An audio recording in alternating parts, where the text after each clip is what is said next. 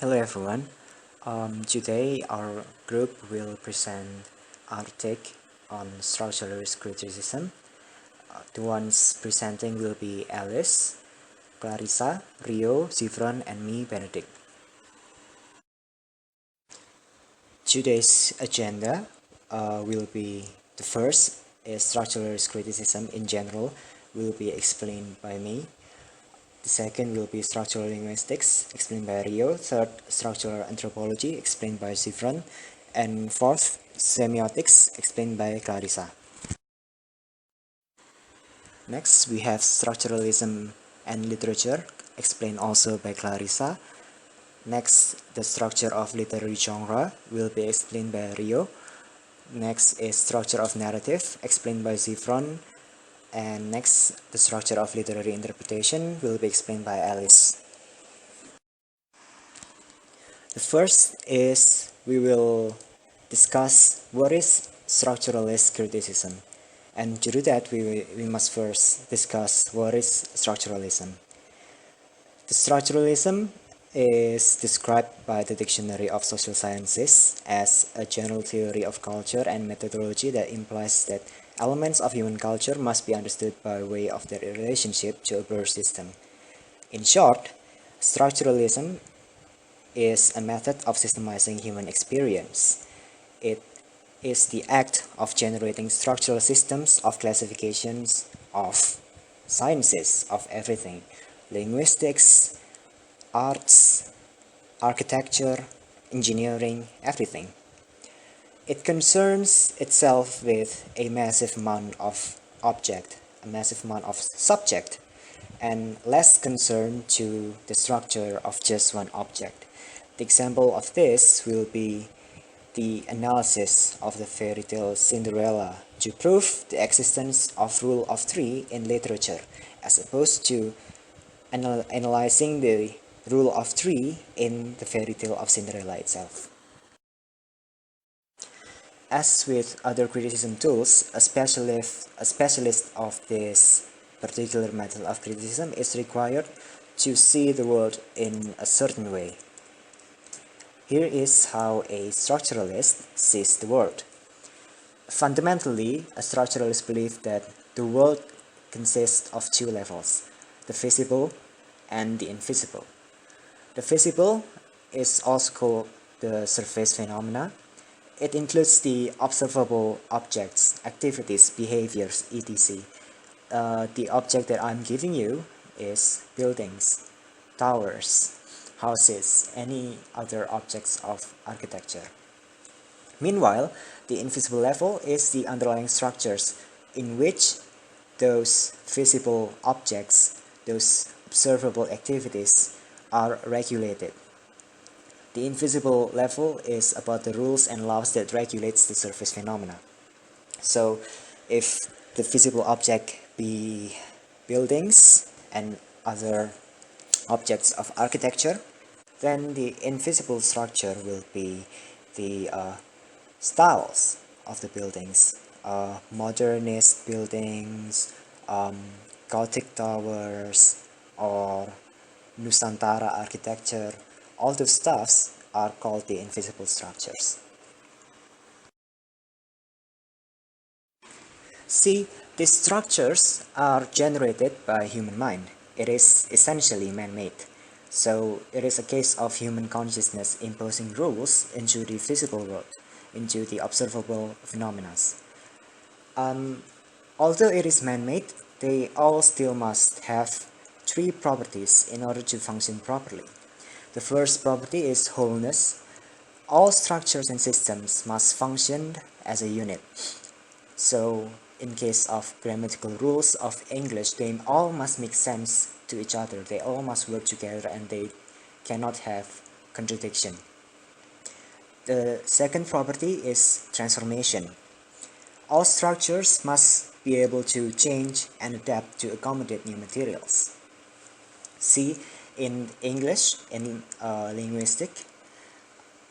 English and other languages must be able to create new words to explain a concept that is formally not in the dictionary, not in the vocabulary. The third property, however, is self-regulation. Structures can never change beyond its own limits.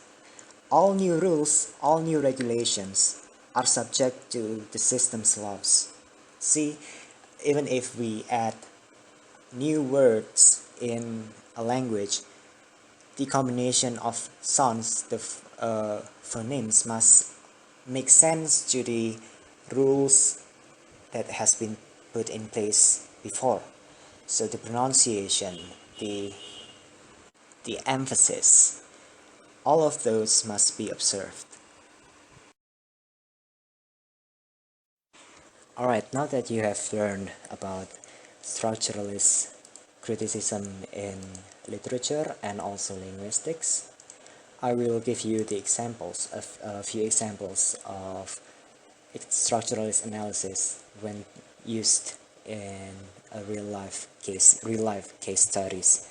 The first is the blenders. This is the example given in the book. According to us, this would be the example of structuralist analysis in linguistic branch. Alright, the surface phenomenon in this would be the words. The nouns, dogs, trees, the proper nouns like Susan, Ryan, the verbs, runs, appears. All of those are observable phenomena, words. The structure, however, will be how these words are categorized as parts of speech, so noun, proper noun, verb, auxiliary verb, descriptor, which means adjective or adverbs, and how these parts of speech are combined. So in English, the basic sentence structure is subject and predicate. Subject will be always noun, while predicate can be a verb or descriptor. This is structuralist analysis of English language, especially in the English sentence structure. The next would be more uh, literary driven. The first example I want to give you is in the American comic books, so DC and Marvel, Batman, Iron Man, Captain America, Superman. We see a changing trend in how these comics are presented, and a structural analyst will point out that the changes are moving into the so-called grim dark territory as the years go on. So in the first few decades of comic books, it is all silly and fun and funny and humorous. But as we can see in the example, the newer comics are darker, more mature. It is catered to more mature audience. We can also see this example of trend of genre of tropes in Disney and fairy tales. Disney princesses are usually taken from fairy tales, especially the older ones, and we can almost always see that the antagonists to the young, beautiful princesses are their older, meaner stepmothers. And this is a trend, a trope that originates from the fairy tales from older eras. Disney also produced their own tropes, such as the sidekicks, which is almost always animal or animal-like beings. Whether or not they can talk, they are always inhuman. And this is a structure that we can see in every Disney princess works. And that would be the example. Thank you for listening. Structural linguistics. Structural linguistics was developed by Ferdinand de Saussure between 1913 and 1915, although his work was not translated into English and popularized until the late 1950s. And before the Saussure, language was studied in terms of history of change in the individual words over time, or diachronically, and it was assumed that words somehow imitated the objects for which they stood. Ferdinand de Saussure, between 1913 and 1915, although his work was not translated into English and popularized until the late 1950s, Saussure called the structure of language is langue, the French word for language, and he called the individual utterance that occur when we speak parole, the French word for speech. And for the structuralist, of course, langue is the proper object of study. Parallelist of interest only in that it reveals language. And the difference simply means that our ability to identify an entity such as an object, a concept, or a sound is based on the difference we perceive between it and all other entities. For example, if we believe that all objects were the same color, we would not need the word red or blue or green at all. Red is red only because we perceive it to be different from blue and green.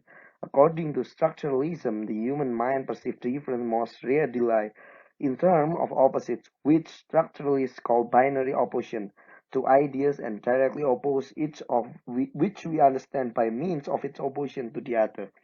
And furthermore, unlike his predecessor, Saussure argued that words do not simply refer to objects in the word for which they stand. Instead of a word is a linguistic sign consisting like the two sides of a coin, of two inseparable parts, like signifier plus signified. A signifier is a sound image, like a mental imprint of a linguistic sound. The signified is the concept to which the signifier refers. And the last one, I want to talk about the idea that signifier or linguistic sound images do not refer to the things in the word but to concept in our mind is crucial for structuralism. As we noted earlier, structuralists believe that our perception of the word results from the conceptual framework that is an innate feature of human consciousness. We don't discover the word, we create it according to innate structure within the human mind. And given that language is the most fundamental of this structure and the one through which our beliefs are passed on from one generation to the next, it makes sense that it is through language that we learn to conceive and perceive the world the way we do. This is why learning a new language carries with it in the potential to learn to see the world in new ways.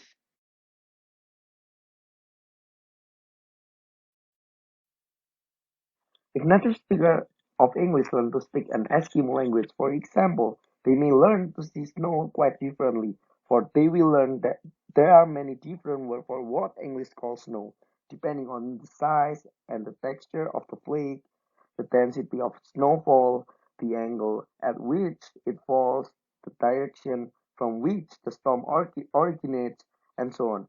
Similarly, if native speakers of English learn to speak Spanish, they may learn a new way to view the idea of human existence, for they will learn that Spanish has two different verbs for the English verb to, ser and estar.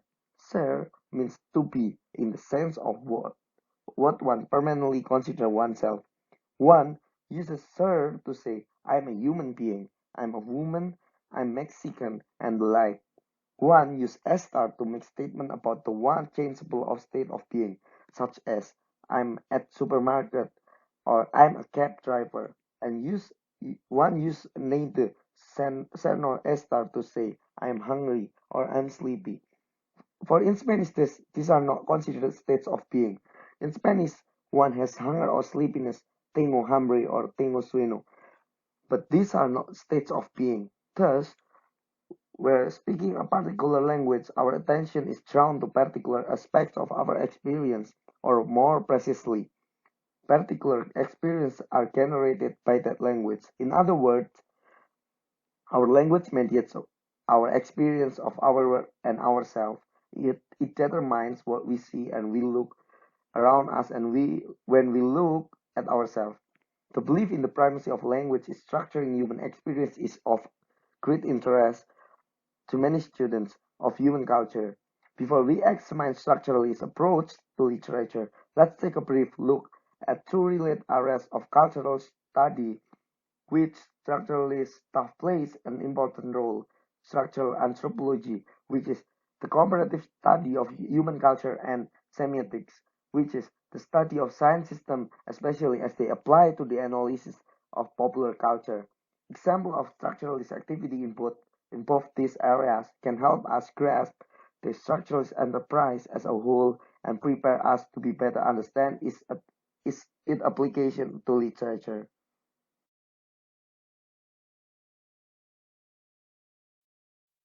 Hello everyone, I'm Sifron. Now I want to present about structural anthropology and then the structure of narrative. The first one I want to talk about structural anthropology. Anthropology, created by Claude Lévi-Strauss in late 1915s, seeks the underlying common denominators, the structure that link all human beings regardless of the difference among the surface phenomena of the cultures to which they belong. The first one, despite the very different ritual forms in which different cultures express important aspects of community life, it seems that all human cultures have some codified process of, for example, mate selection, kinship ties, and initiation into adulthood. And the second one, the existence of structural similarities among seemingly different myths of different cultures was one of Levi-Strauss' particular areas of interest. His goal was to discover when different myths are actually different versions of the same myth in order to show that human beings from very different cultures share structures of consciousness that project themselves in the information of structurally similar myths. And then the third, Levi-Strauss argued that there is no true or original version of any myth. Each version of given myth is equally valid because it embodies the attempt of all structures to make sense out of an otherwise chaotic world. Hello everyone, it's me, Clarissa, and now I would like to present about semiotics. Semiotics derived from the Greek word semiotikos, which means an observant of science. Just as structural anthropology applies structuralist insights to the comparative study of human cultures, semiotics applies structuralist insights to the study of what it calls science systems. A science system is a linguistic or non-linguistic object or behavior that can be analyzed as if it were a specialized language.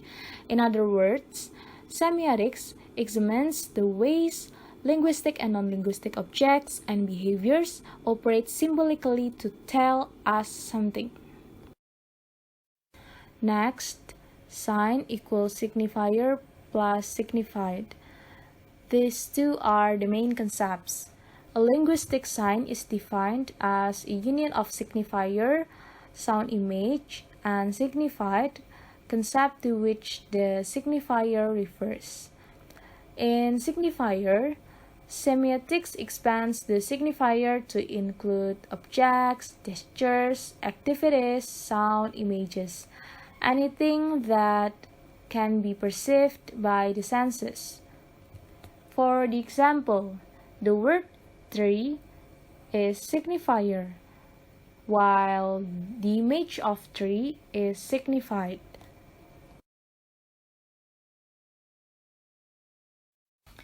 There are three recognized classes of signs. First, index, a sign which the signifier has a concrete, causal relationship to the signified. For example, smoke signifies fire. Another example, a knock on the door signifies that someone is there. Second, icon. Icon is a sign which the signifier physically resembles the signified. A painting is an icon to the extent that the picture resembles the subject it represents. For example, a realistic painting of President Kennedy. Third, symbol. a sign in which the relationship between signifier and signified is neither natural nor necessary but arbitrary, that is, decided on by the conventions of a community or by the agreement of some group. Words are example of symbols. Thus, of the three kinds of signs, only the symbol is a matter of interpretation. If you guys are a movie fan, you might be interested in trying to map out a semiotics of the musical comedy, the murder mystery, or the love story. Similarly, you might want to see if you can discover a semiotics of daytime drama or soap operas. For semioticians, anything can be a sign, anything. And the whole world, human culture, is a text waiting to be read, and structuralism provides the theoretical framework to do it. Here's my next topic: structuralism and literature. For students of literature, like us, structuralism has very important implications. After all, literature is a verbal art. It's composed of language. So its relation to the master structure, language, is very direct. In addition, structuralists believe that structuring mechanisms of the human mind are the means by we make sense out of chaos, and literature is a fundamental means by which human beings explain the world to themselves, that is, make sense out of chaos. So, there seems to be a rather powerful parallel between literature as a field of study and structuralism as a method of analysis. Structuralism seeks instead the language of literary texts, the structure that allows texts to make meaning, often referred to as a grammar because it governs the rules by which fundamental literary elements are identified. For example, the hero, the damsel in distress, and the villain, and also combined. For example, the hero tries to save the damsel in distress from the villain. In short, structuralism is not interested in what a text means, but in how a text means. The Great Gatsby's Jay, Daisy, and Tom are surface phenomena that draw their meaning from the ways in which they relate to the structures underlying them, respectively, hero, damsel in distress, and villain. Structuralist approaches to literature have tended to focus on three specific areas of literary studies. First, the classification of literary genres. Second, the description of narrative operations. And last, the analysis of literary interpretation. Okay, that's all from me. Thank you for listening. And let's begin our discussion of structuralist approach to genre with a simplified summary of one and of its most complex and sweeping example, what Northrop Frye calls his theory of myth, which is a theory of genres that seeks the structural principle underlying the Western literary tradition.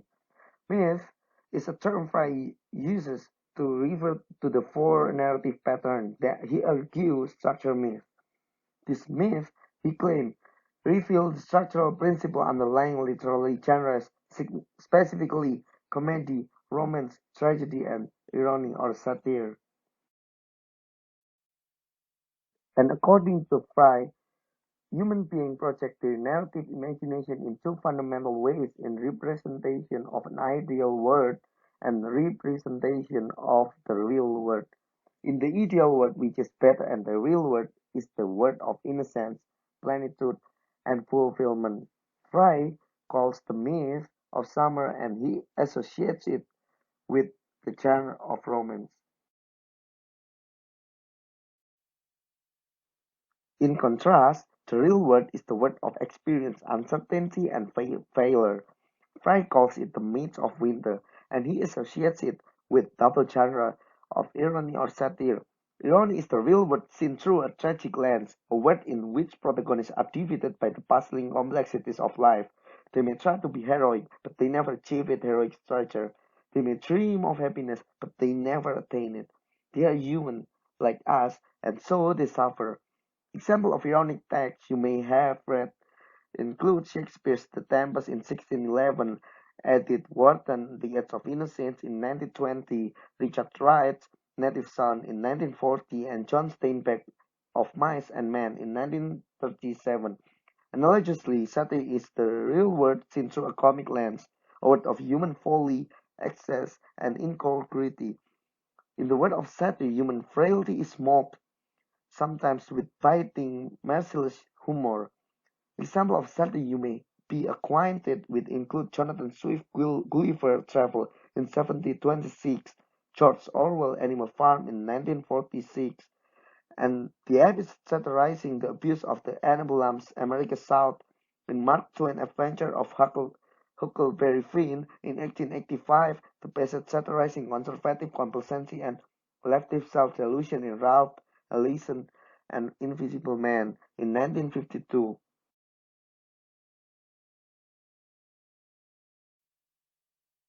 Tragedy involves a movement from the ideal world to the real world, from innocence to experience, from mites of summer to mites of winter, and therefore Fry calls tragedy the mites of autumn. In contrast, comedy involves a movement from the real world to the ideal, from experience to innocence, from the mites to winter, from to the mites of summer, and therefore call comedy the mites of spring.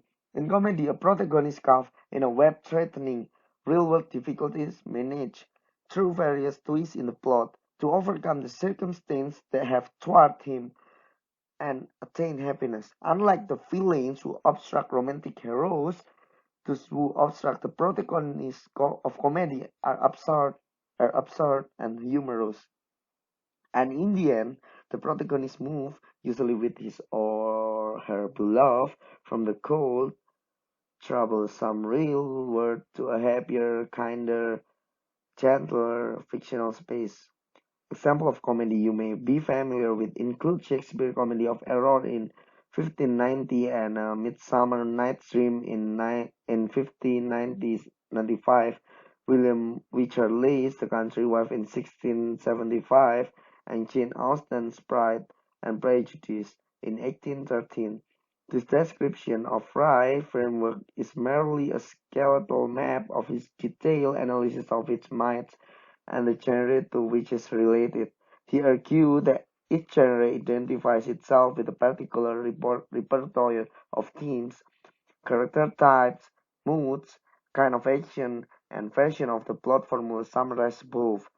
Taken together, the four genres form a kind of master plot or key to understanding narrative as a whole.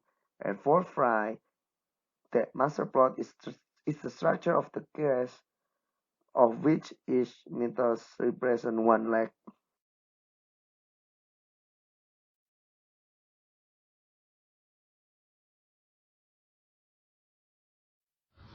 Okay, now I want to talk about the structure of narrative or narratology.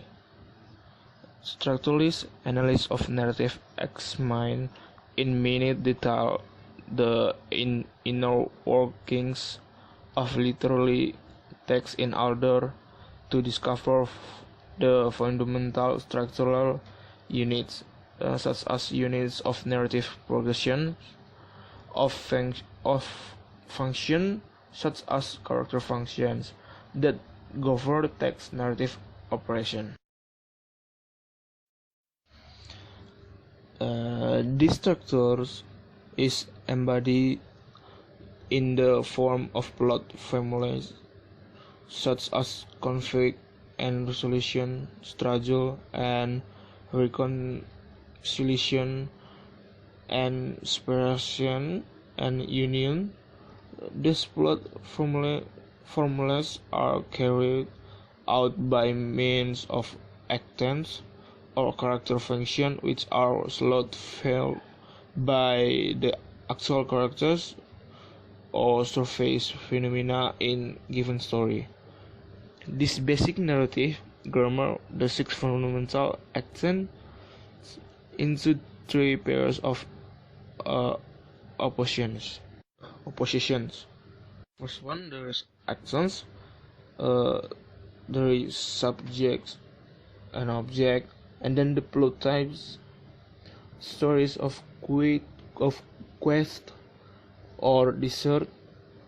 A subject or hero search for an object, a person, thing, or state of being.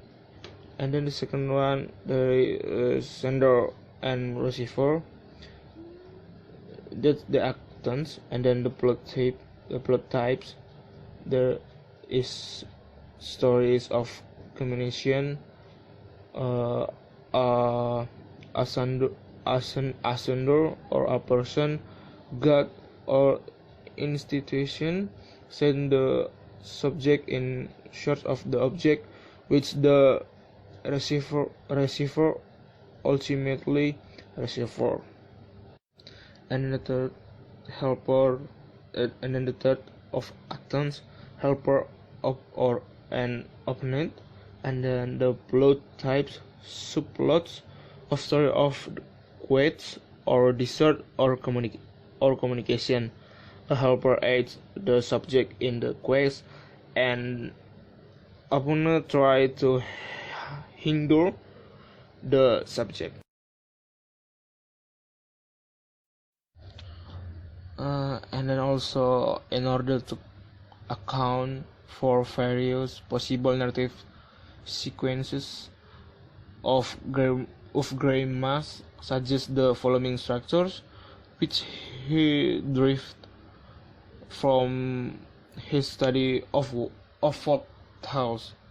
The number one is conceptual structures involve the making or breaking of agreements or the establishment or violation of prohibitions, and the alienation or reconciliation that follows. The number two, performative structure, involve the performance of task, trials, struggles, and like. Number three, distantive structure, involves travel, moment, arrivals, and departures. And then the following structure, which I have simplified, that governs the outer functional universe. The number one of a viable experience is joy or pain, and then the possible transformation, truth, revolt, plus acceptance, and then the ideological choices is life, joy plus pain. And then the second of a viable experience, boredom or disgust, and then the possible transformation, lie, refusal plus restriction, and then the ideological choices, that boredom plus disgust.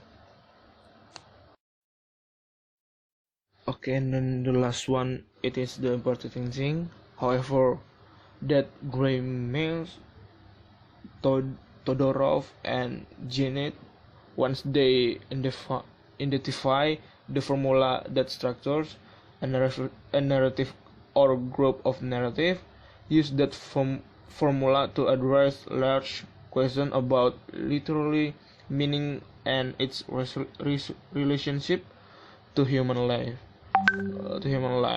That is, once we identify the formula of a given narrative or group of narrative, we must then ask ourselves, how does this formula reveal and uh, how does this formula reveal a pattern in narrative in general, and what does this pattern imply about human experience or the structures of human cons- consciousness. That's all from me. Thank you. Okay, hi everyone. Now I'm going to explain to you about the structure of literary interpretation. According to Jonathan Collar, the structural system that govern both writing and interpretation of literary text is the system of rules and codes, which we have consciously or unconsciously internalized, that tell us how to make meaning when we read literature. And in America, the system of rules and codes is part of the Western literary tradition, as it has been passed on by our universities, and our individual literary competence is determined by how much the system we have internalized. Color does believe that what we refer as the structure of literature is really the structure of the system of interpretation we bring to it. His effort to unearth this structural system and show how it operates. Color has identified this structural system as simply to describe some of its major components, which he has named as follows. The first one is the convention of distance and impersonality. This means the assumption that we make as soon as we see what we are reading literally work, even if that work is in the form of non-literally writing, such as letters.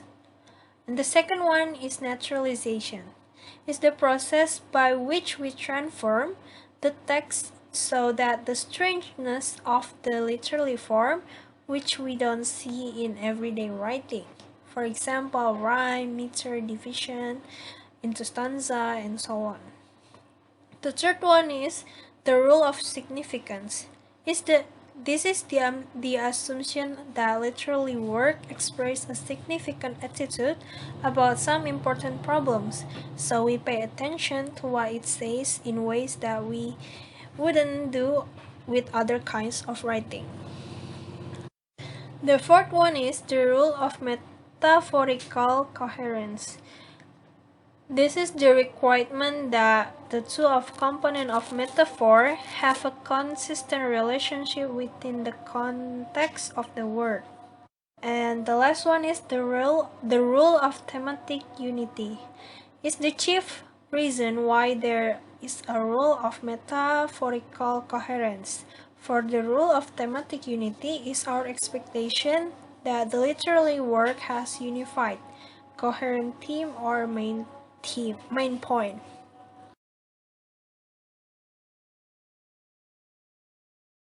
Okay, there are also some questions that structuralist critics ask about literary texts.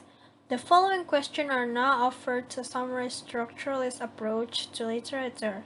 Keep it in mind that structuralists don't try to determine whether or not a literary text constitutes a great literature. Their focus is on the structural system that underlie and generate literary meaning. So, the first question is, how should the text be classified in terms of genre? Using a specific structuralist framework such as the one we examined by Fry and Scholes, how should the text be classified in terms of genre? The second question is, can you speculate about the relationship between text grammar and the culture from which its texts emerge? Also, using a specific structuralist framework such as Jeremas, Todorov, and Zenit to analyze the text narrative operation. The third one is, what is The rule of codes of interpretation must be internalized in order to make sense of the text, using the color theory of literary competence. And then the fourth question is, what are the semiotics of given category of cultural phenomena? Or what is being communicated and how exactly the text is being communicated? So that's all the question that usually the structuralist critics ask about literary text. That's all from us, Group 4. We are sorry if we made some mistakes during this presentation. I hope you guys understand. Thank you for listening and thank you for your attention.